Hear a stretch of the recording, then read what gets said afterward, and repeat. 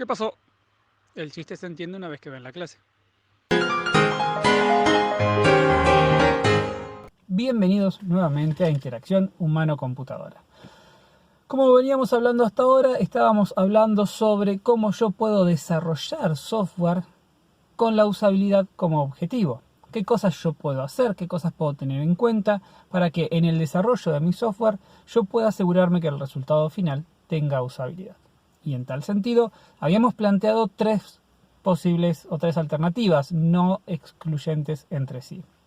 Mediante ejemplos, me copio el trabajo bueno que hizo otra persona.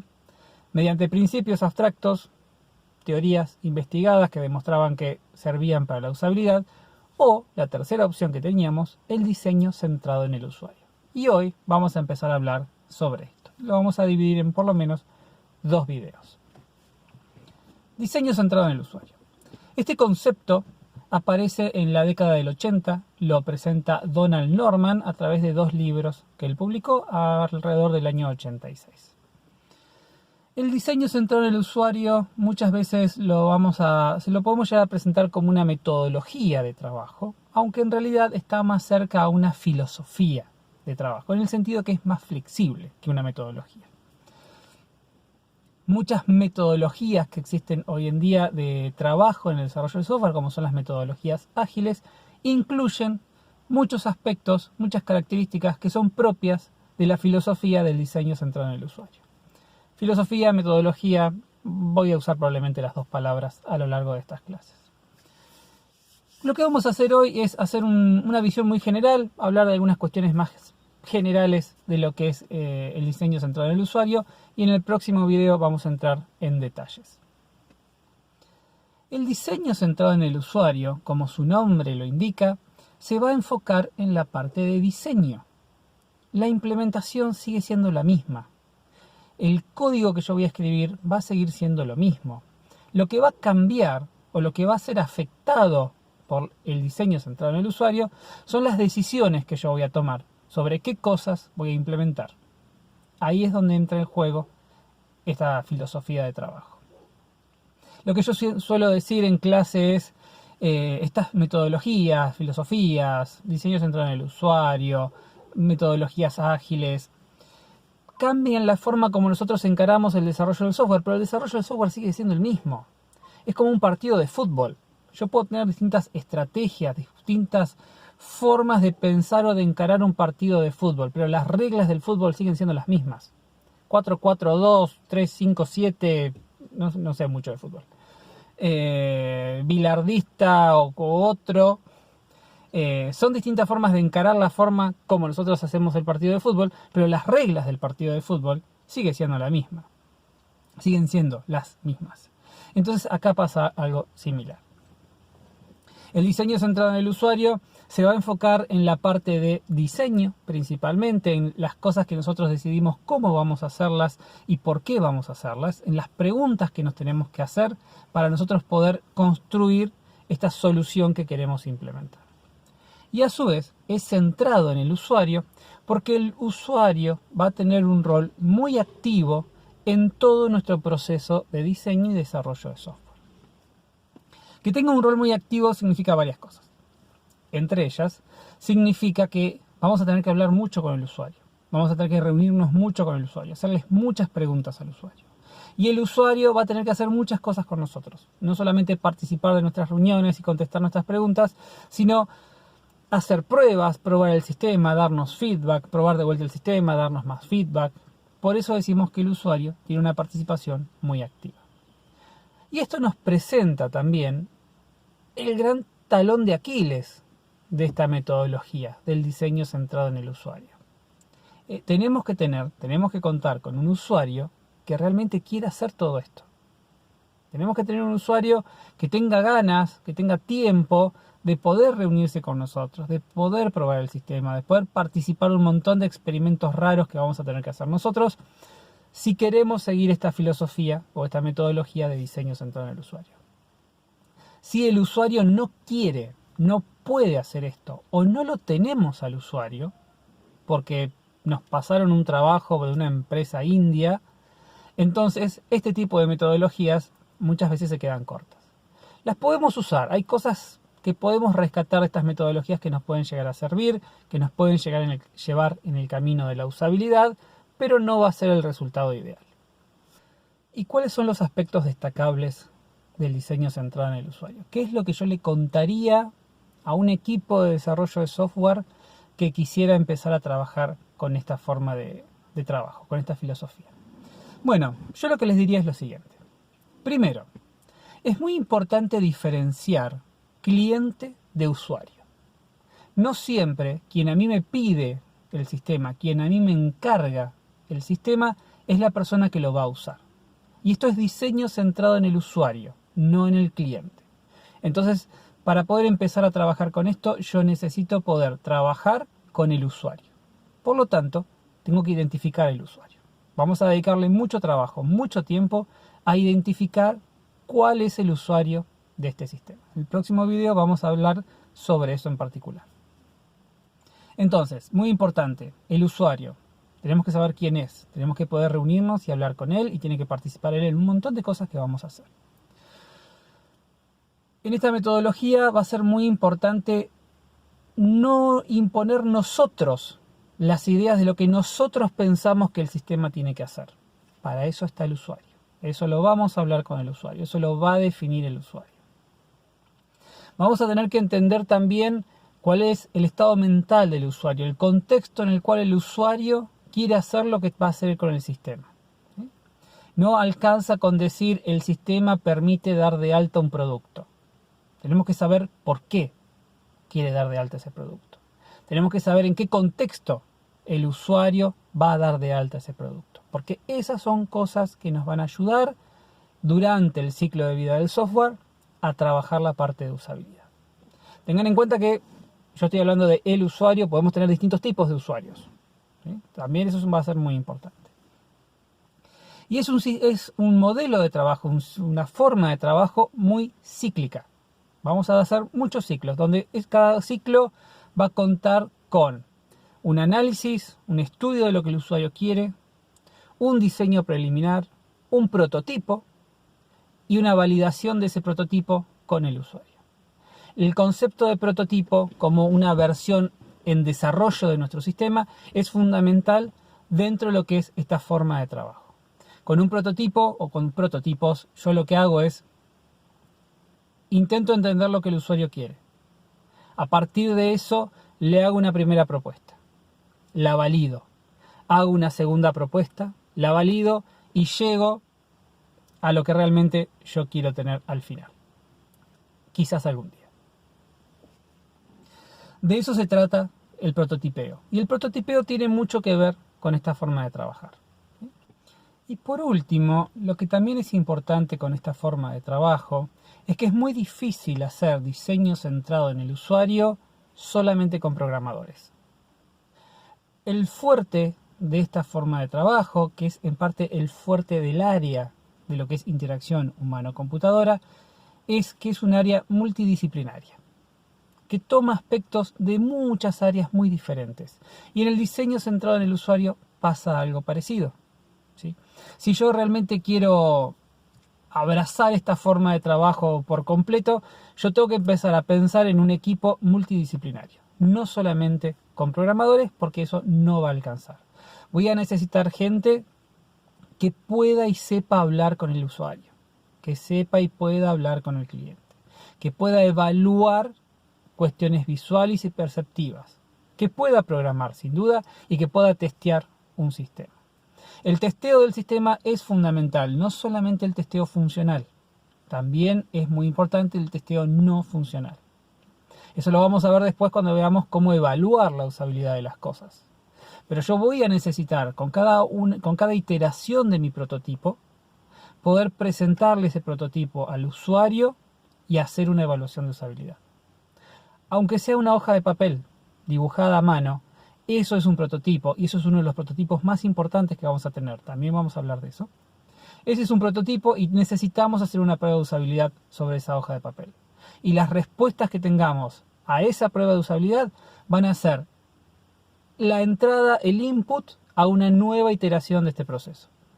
Donde volvemos a evaluar lo que el usuario quiere, volvemos a decidir cómo lo vamos a implementar, implementamos un nuevo prototipo y repetimos.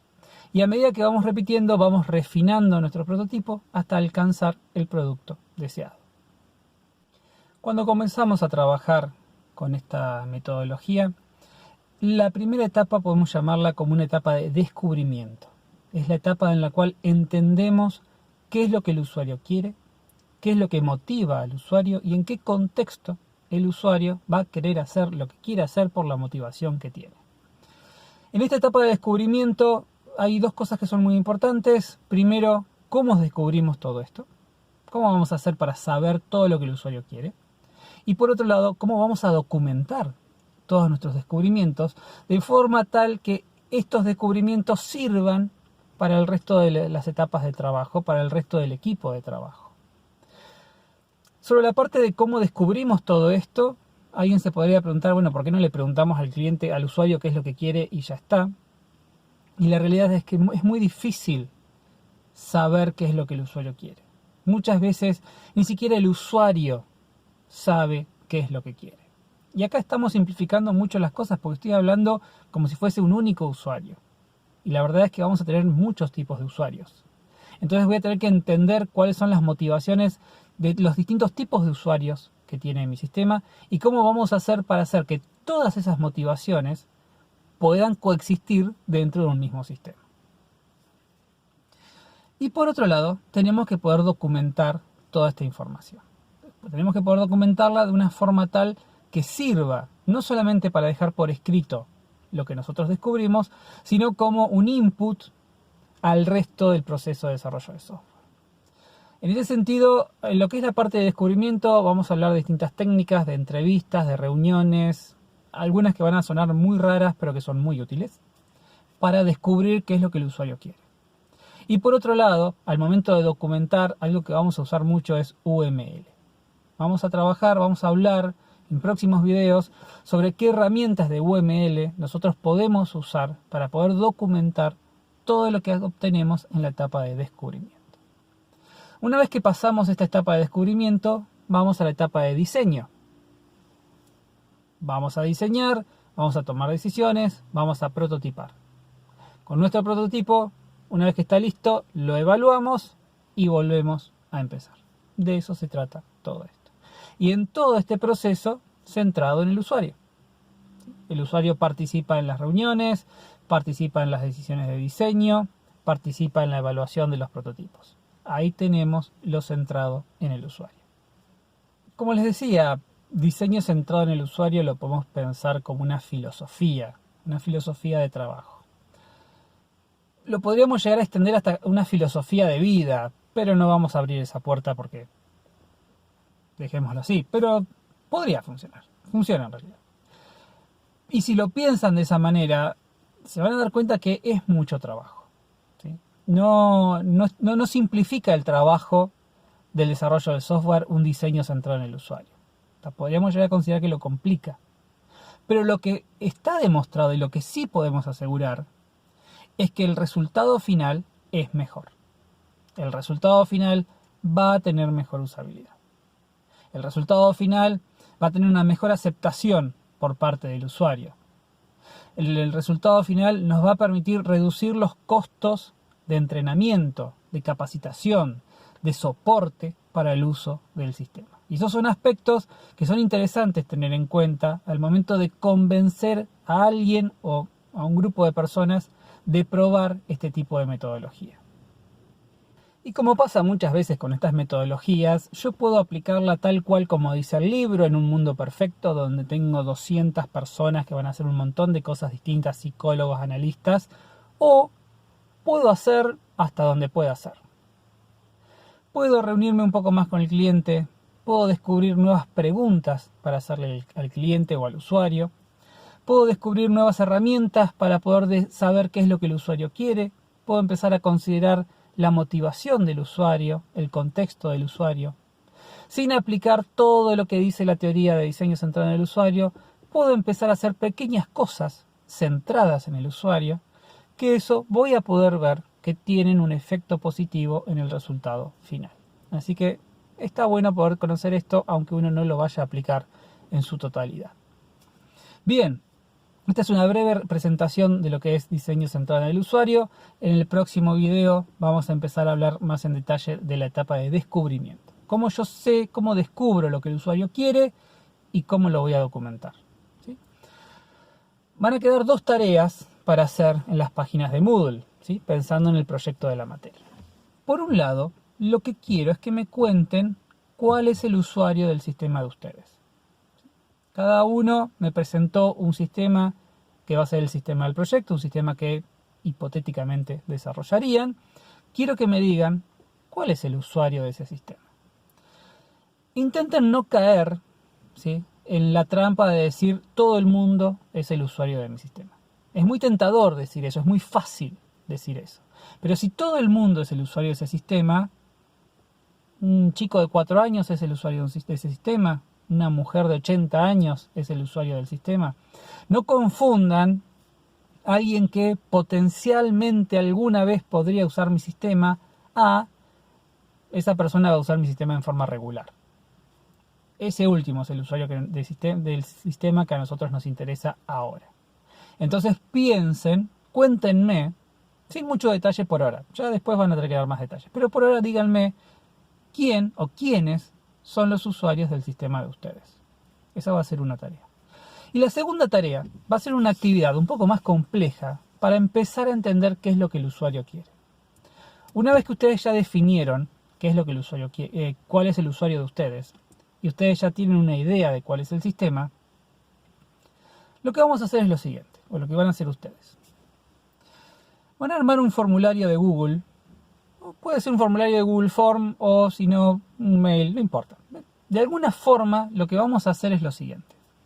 Quiero que se comuniquen con potenciales usuarios del sistema de ustedes. Amigos, familiares, conocidos, compañeros de la uni, no me importa. Pero quiero que a un montón de gente ustedes le cuenten cuál es el sistema que pretenden hacer. Y le pregunten, si vos tuvieses este sistema, ¿qué te gustaría hacer con este sistema? Imagínense que yo les digo, no, yo quiero diseñar una aplicación para ir preparando el auto, que se ponga en marcha, que se ponga la radio antes de que yo me suba. Bueno, ¿quiénes van a ser mis usuarios? Seguro va a ser gente que tiene auto. Eso me empieza a acotar un poquito las cosas. Podría empezar a suponer gente mayor de edad. Entonces yo podría decir, bueno, voy a agarrar un montón de personas que conozco, que se ajustan a este perfil que yo tengo de mi usuario, y les voy a mandar un mail diciéndole, che, tengo ganas de implementar un programita en el celular que permita hacer esto. ¿Qué se te ocurre a vos que el sistema debería hacer? ¿O qué debería hacer el sistema según vos? ¿O qué funcionalidad te gustaría vos poner en el sistema? Y vamos a ver qué contesta la gente.